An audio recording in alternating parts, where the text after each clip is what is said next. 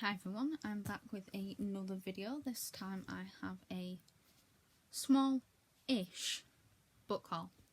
I say small-ish because it's two small stacks which create kind of a large stack. These are mostly like pre-orders that have come in or like orders I've made for other things. So I'm going to start out with Murder Before Evensong, which is by the Reverend Richard Cole. This is a mystery. Wow, that blue is really sending the camera a bit weird. It's a murder mystery. It's part of a series, so it says Canon Daniel Clement is a rector of Champton. He has been there for 8 years, living in the rectory alongside his widowed mother, opinionated, fearless and occasionally not annoying Audrey, and his two dachshunds, Cosmo and Hilda. When Daniel announces a plan to install a lavatory in the church, the parish is suddenly and unexpectedly divided. Why would they? Okay, that's a bit strange. As lines are drawn, long-buried secrets come dangerously close to destroying the apparent calm of the village. And then Anthony Bowness, cousin to Bernard de Florence, patron of Champton, is found dead at the back of the church, stabbed in the neck with a pair of secateurs. I don't know what they are. I'm sure I'll probably find out. As the police move in and the bodies start piling up, Daniel is the only one who can try and keep his fractured community together and to catch a killer. So I will show you what this actually looks like under the dust jacket. So it has like the paw prints and blood splats and then a little dachshund on the back, which is really cute. And then like the end pages are covered in like multi-jumper wearing dachshunds. Same on the back as well. So I am very curious to see what this murder mystery is like. I mean, I love a good murder mystery, especially like Agatha Christie style ones. Like the Marlowe Murder Club was one I read and I really enjoyed. I have the Thursday Murder Club lined up, and I'm excited to read this one as well.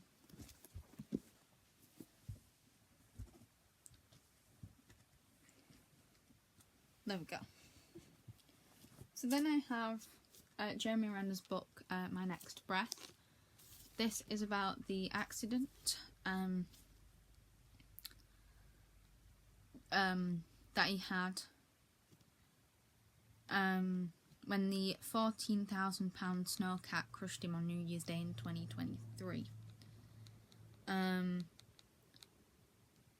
So this is like the details of the accident and the aftermath.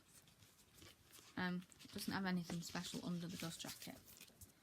But this is also a signed copy. This is the first time I've actually ever owned Jeremy Renner's signature. It's very creaky. I collect signatures, but yeah, I've never actually owned his, surprisingly. But yes, and on the back it says, dying has left me with the simple but imperative thought. Live your life now. That's a good thought, I like that. So yes, I now have this. It's only a little short book, but will be fascinating to read. And then, yeah, we'll keep going with this stack. I picked up on Vinted. Most of these are either from Waterstones, Vinted, eBay, or, yeah, Waterstones, Vinted, or eBay. So this is called Something Written in the State of Denmark by Keith Osborne. An actor's year within the Royal Shakespeare Company. So this is like his, I suppose, memoir of writing like what it is like to be in the Royal Shakespeare Company as an actor. So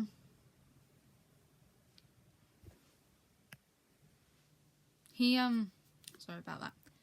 He appeared in Gregory Doran's acclaimed production of A Midsummer Night's Dream, Love's Labour's Lost, and Dorian's Hamlet with Patrick Stewart and David Tennant.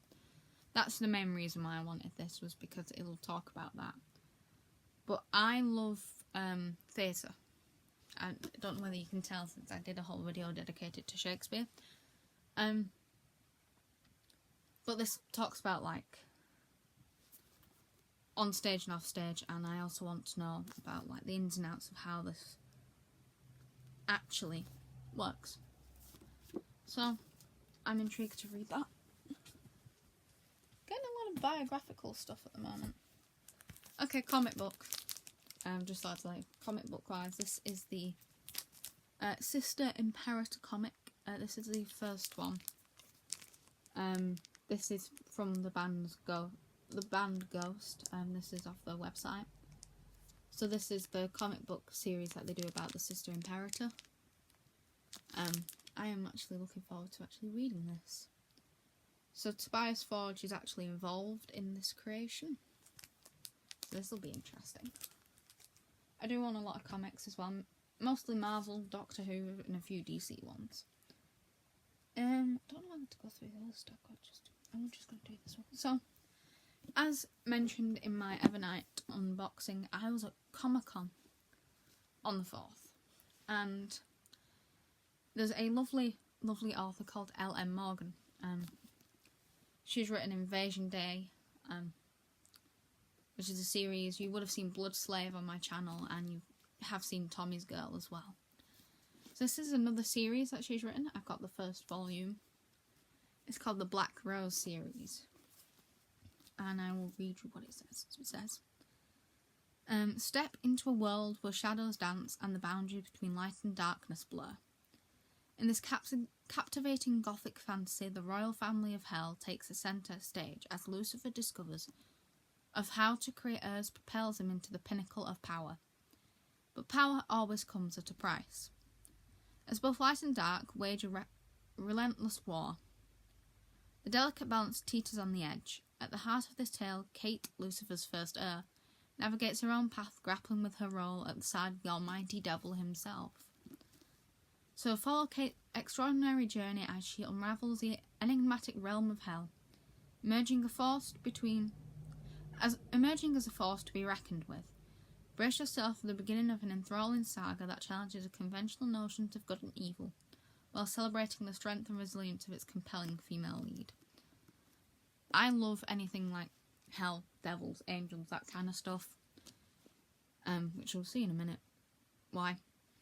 So this I am looking forward to reading. I mean, I always look forward to reading anything Ellen Morgan writes.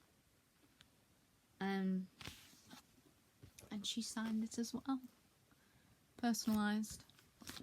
I always go and see when she's at these Comic-Cons. Usually because I finished a book and need another one. So, you know, average book girl stuff. Now we're on to the second stack.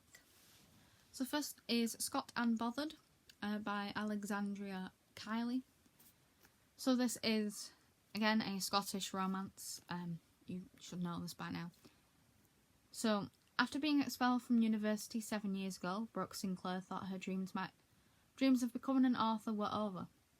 When her mentor, Mahari McAllister, asks her to co-write her memoir, Brooke would do anything for the opportunity, including agreeing to hike the rugged Skye Trail. What she doesn't know is that the nature photographer who will join her is Jack Sutherland, the man who shattered Brooke's writing career and her heart. Between getting sacked from the university and walking away from his family's tour guiding business to follow his photography dreams, Jack is desperate to prove he didn't disappoint his family for nothing, even if it means acting as a guide and a storyteller for the one that got away. As Jack and Brooke head into the solitude of the sweeping Scottish landscape, they are forced to confront old feelings, but can 2 weeks and 80 miles heal years of unspoken hurt and offer a second chance at love? This just sounds amazing. They got a little Highland cow on the cover as well. She also wrote Kilt Trip, which I don't own, but I will own. Look at how I'm just stacking these up. Speaking of Scottish romances, all of them have just fell behind me, by the way. And every time I scoot forward, it's just making it worse. Oh well. Kilted Lovers. I don't actually know whether I showed this or not. By Megan Clawson. So, if I have, sorry, but here it is again. She wrote Falling Hard for the Royal Guard and Love at First Night. I have Falling Hard for the Royal Guard. I haven't read it yet. So this is about Lady Alice Wapple. Walpole. Wapple. Don't ask why I said it like that. I don't even know. It's 43 minutes past 10 at night. That's why I said it like that. Wants to be swept off her feet, but she keeps finding herself on one bad day after another. And when she's caught partying too hard with the latest royal beau, her father banishes her to Balmoral to clean up her act. And there she finds Fraser Bell. He just wants to do his job as piper to the sovereign at Balmoral. He prefers tartans to tuxedos, and spends his days with horses rather than dealing with people. So when he's assigned to wake up Alice to the sound of bagpipes every morning, he's less than pleased. Can't imagine why. By the time in Scotland stretches on, Alice finds herself falling for the rugged landscape and maybe even Fraser too. Soon returning to a glittering empty life in London sounds less like an escape and more like a punishment. She wears tiaras and he wears tartan, but for an unlikely couple can romance ever reign. I am excited to read this. I'm excited to read all romances at this point, especially any that involve Scotland. I also picked up 2 more Shakespeare plays, considering I read 4 in one day. So we have Much Ado About Nothing and Twelfth Night. So this is about Benedict and Beatrice, who are determined to never marry. And their friends trick them into believing they have feelings for each other, and they question whether the witty banter and verbal sparring conceal something deeper. And this is about separating from the twins. So Sebastian, after a shipwreck, Viola disguises herself as a boy to serve the Duke Orson. Wooing a countess on his behalf, she is stunned to find herself the object of her affection. Sounds a bit gay. a bit fruity. Mine though, Shakespeare is a bit fruity, so I've got those 2 now. Speaking of plays, I also have the play for Taking Over the Asylum by Donna Franchild. So this is about Eddie McKenna, who is a replacement window salesman, and he ends up getting fired originally from his original job as a hospital radio station person, and he goes and tries to relaunch one in a psychiatric unit, and he meets Campbell Bain, who wants to be a radio disc jockey. A hyper-organised OCD woman, Rosaline, an electronic genius, Fergus, who hears voices in his head, he's schizophrenic, and Francine, who self-harms. And basically, this essentially band of misfits, they get perceptions prejudiced as much as their own mental illnesses. They basically create a radio station within the psychiatric unit of the hospital, and it works. It's also a TV show with David Tennant in, so actually go and watch it, please. It's amazing. But yes, I wanted the book as well. Because I like plays and I like hyper-analysing them and, you know, doing weird things and learning everything kind of about the play itself. Moving on. And I got a book about time. You can guess why. Doctor Who. I want to know more about time. So 10 things you should know about time. This is also was recommended by Jade over at Jada Ray Reads. Is that how you say a channel name?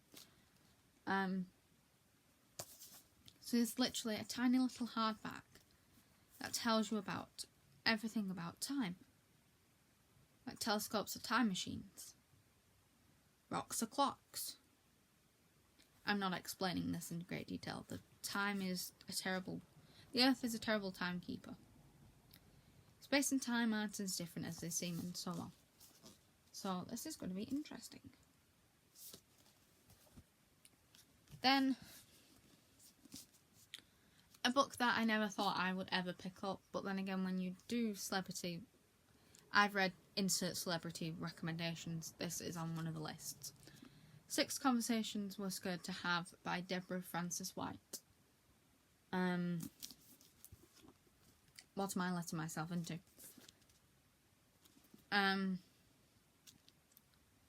So this is about things like, why have disagreements become so flammable? Why are progressive people calling for censorship in comedy? How has the so-called transgender debate become so toxic? And this is where I probably get shut down. How is our empathy being manipulated by the internet? How does AI operate like a psychopath? And how do we achieve progress in today's, screaming hellscape? So it's like, having grown up in a cult that shut down any dissident... Wow, I didn't know she grew up in a cult. That's fascinating. Terrible, but fascinating. She sees the same tactics being used in our rapidly changing society. She knows the value of freedom of speech, critical thinking, and the ability to argue well. And as a host of the hit podcast The Guilty Feminist, I'm not keen on feminists. Depends what kind, but I'll see. She has been having the difficult conversations in public for almost a decade. In her new urgent page turner, she examines how the world has come to this and what we can actually do about it. Apparently it's a book that leaves you transformed. I am intrigued, to say the least. This is not a book I would usually go for, at all. But, why not? Let's give it a shot. See what happens. And the next one, a third copy of Good Omens. Technically a second copy of Good Omens. The third one, it doesn't really count because it's the script, but yes, this is the illustrated edition. This is like the Holy Grail. This is the first edition, by the way, if anyone wants to know.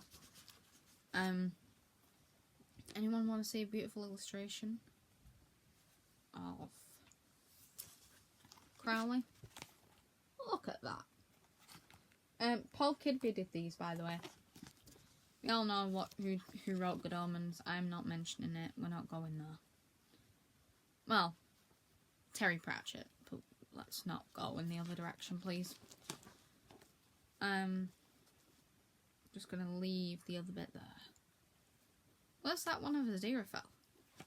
Where is it? I want to show you all it. Come on. No, that's the other one. Come on. It's in here. Give me there it is. Yes, that looks like Michael Sheen, because it is Michael Sheen. And then there's a lovely, gorgeous drawing at the end. Oh, that's what actually really nice one of Death, one of the 4 horsemen, horse people. We know where we're going with that. I think everyone knows what Good Omens is about, by the way. And there we have it, that one. I wanted to show you all them. But if you don't know what Good Omens is about, basically it's the end of days is nigh. Tremble, all ye unfaithful. The apocalypse starts in Tadfield. Tadfield is not a real place. Don't go googling it. I've saved you googling. I've googled it. Judgment Day is upon us, and it's not a drill this time. The world is due to end next Saturday, just after tea, and there are an awful lot of people set on making it happen. Aziraphale and Crowley are not among them. This particular angel and demon are rather fond of the music, the wine, and the bookshops that Earth has to offer. And they have grown rather fond of each other, and being honest, given they've known each other since the beginning, they're not particularly keen on seeing it all go to waste. But the powers that be have a plan. So Aziraphale and Crowley are going to need to be quite careful in their efforts to foil it. Quite careful indeed. Finding the Antichrist who they appear to have lost would be a fine place to start. I love this edition. It is beautiful. Yes, it's stunning. So yes, this is another edition of that book. Did I need it? Probably not. Did I want it? Yes. So that is the end of this book haul. I hope you enjoyed watching this, and I'll see you next time with more than likely a Doctor Who book haul. Because I have a very curative stack appearing on the floor. And they do need to be shelved on my Doctor Who shelf at some point. So, because I have some of the things that need to go up there. So I hope you enjoyed this, and I'll see you next time. Bye.